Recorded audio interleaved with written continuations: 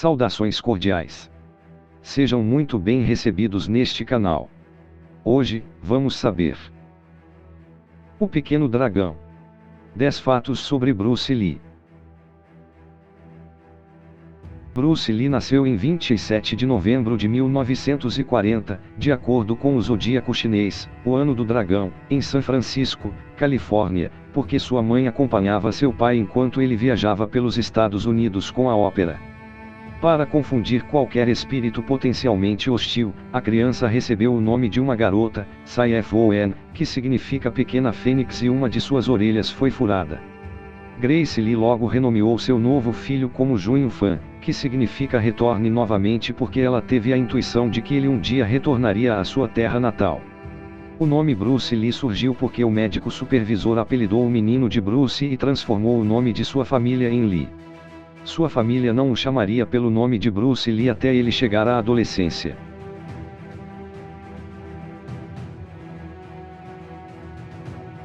Em 1950, um pré-adolescente, Bruce Lee interpretou o papel de Kid Chung, um órfão de rua e encrenqueiro, baseado em uma história em quadrinhos da época.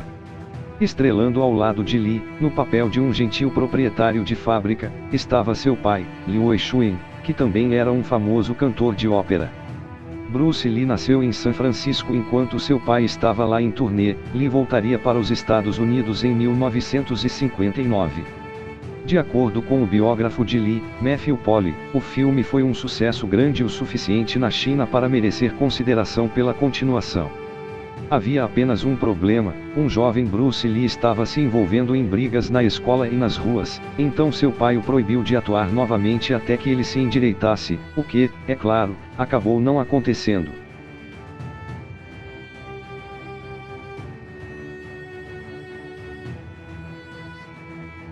Embora ele possa ter andado com gordura corporal na casa de um dígito e pudesse fazer flexões usando apenas 2 dedos, Lee ainda conseguiu ser reprovado em um exame físico militar para o Conselho de Recrutamento dos Estados Unidos em 1963.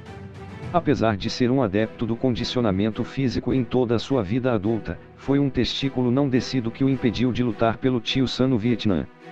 Azar ou sorte?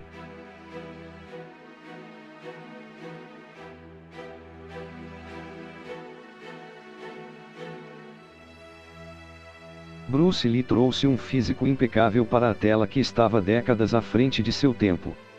Mas porque seus papéis exigiam muito de seu físico, ele ficaria encharcado de suor durante as filmagens. E, aparentemente, o pioneiro das artes marciais detestava as manchas de suor que apareciam em suas roupas como resultado. Sua solução: em 1973, Lee passou por um procedimento para remover cirurgicamente as glândulas sudoríparas de suas axilas para evitar que a gafe da moda aparecesse na câmera. Engenhoso ou louco da parte dele? Deixe nos comentários.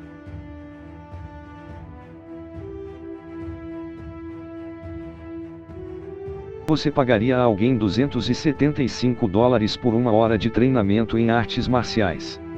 E se esse professor fosse Bruce Lee? Na década de 1960, Bruce Lee cobrava colossais $275 por hora para dar aulas particulares às pessoas. Com base na inflação, o valor de $275 na década de 1960 seria o equivalente a $2.500 em 2020. Não era surpreendente que houvesse muitas pessoas que estavam mais do que felizes em pagar um valor alto por uma aula de artes marciais com ele.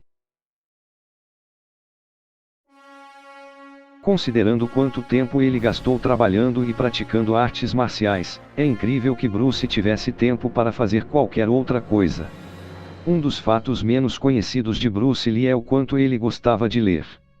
No total, Bruce tinha mais de 2.500 livros em sua biblioteca pessoal. Como um leitor voraz, ele tinha livros sobre uma variedade de tópicos, como a arte da guerra de Sun Tzu, a prática do Zen de Shang Shenxi, meditações de René Descartes e treinamento fundamental em artes marciais de Tsai Lung Yun.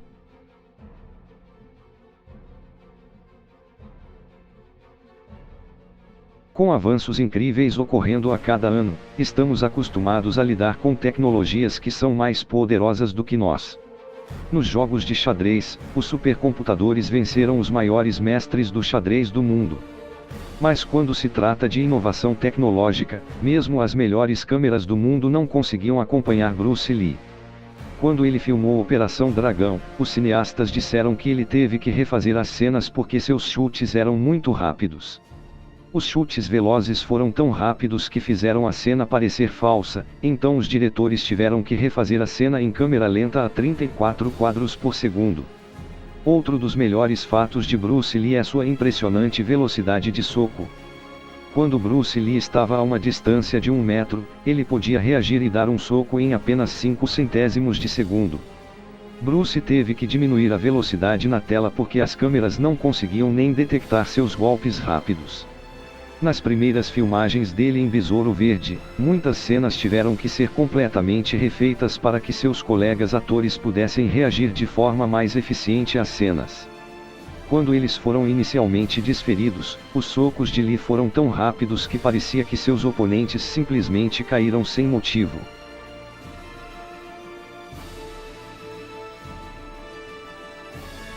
Bruce Lee era incrivelmente dedicado a aperfeiçoar seu ofício. Seu treino diário incluía 5.000 socos, 2.000 chutes, 200 chutes de sapo, 100 elevações de perna e 200 torções inclinadas. Isso exclui toda a ação da qual ele fez parte no set. Os incríveis feitos que ele foi capaz de realizar ainda desafiam a compreensão, e o mundo não viu um artista marcial tão dedicado ao seu ofício quanto ele novamente.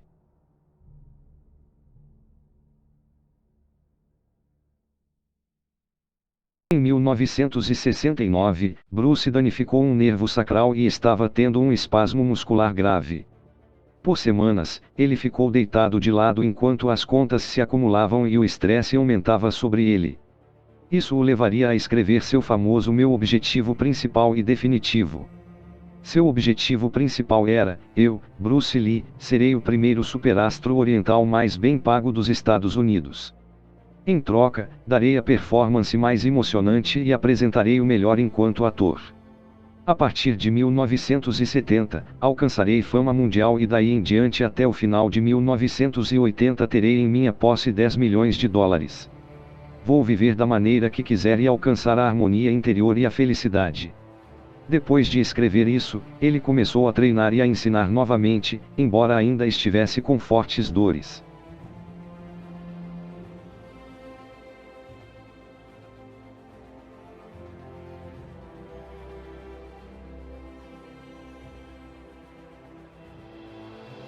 A morte de Bruce Lee aos 32 anos de idade em 20 de julho de 1973 foi oficialmente considerada como resultado de um edema cerebral, ou inchaço do cérebro. Lee reclamou de dores de cabeça no dia de sua morte e recebeu um analgésico de Betty Ching Pei, uma atriz que alegou ser amante de Lee, antes de se deitar para tirar uma soneca. Ele nunca mais acordou. Embora muitos relatos na época sugerissem que Lee teve uma reação alérgica a um ingrediente do analgésico, aponta-se para um mistério que começou em 10 de maio de 1973, quando a estrela desmaiou em um estúdio de gravação quente enquanto dublava um novo diálogo para a Operação Dragão.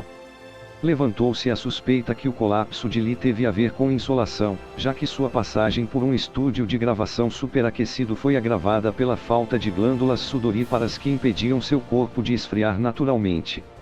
A insolação também pode causar inchaço no cérebro, muito parecido com o que foi encontrado durante a autópsia de Lee. E a doutora Lisa Leon, especialista em hipotermia do Instituto de Pesquisa de Medicina Ambiental do Exército dos Estados Unidos, disse: uma pessoa que sofreu uma insolação corre maior risco de sofrer outra e que pode haver complicações de longo prazo após o incidente inicial.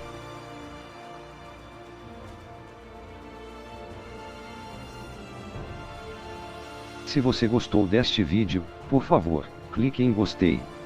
Inscreva-se no canal e ative as notificações para aproveitar os próximos vídeos.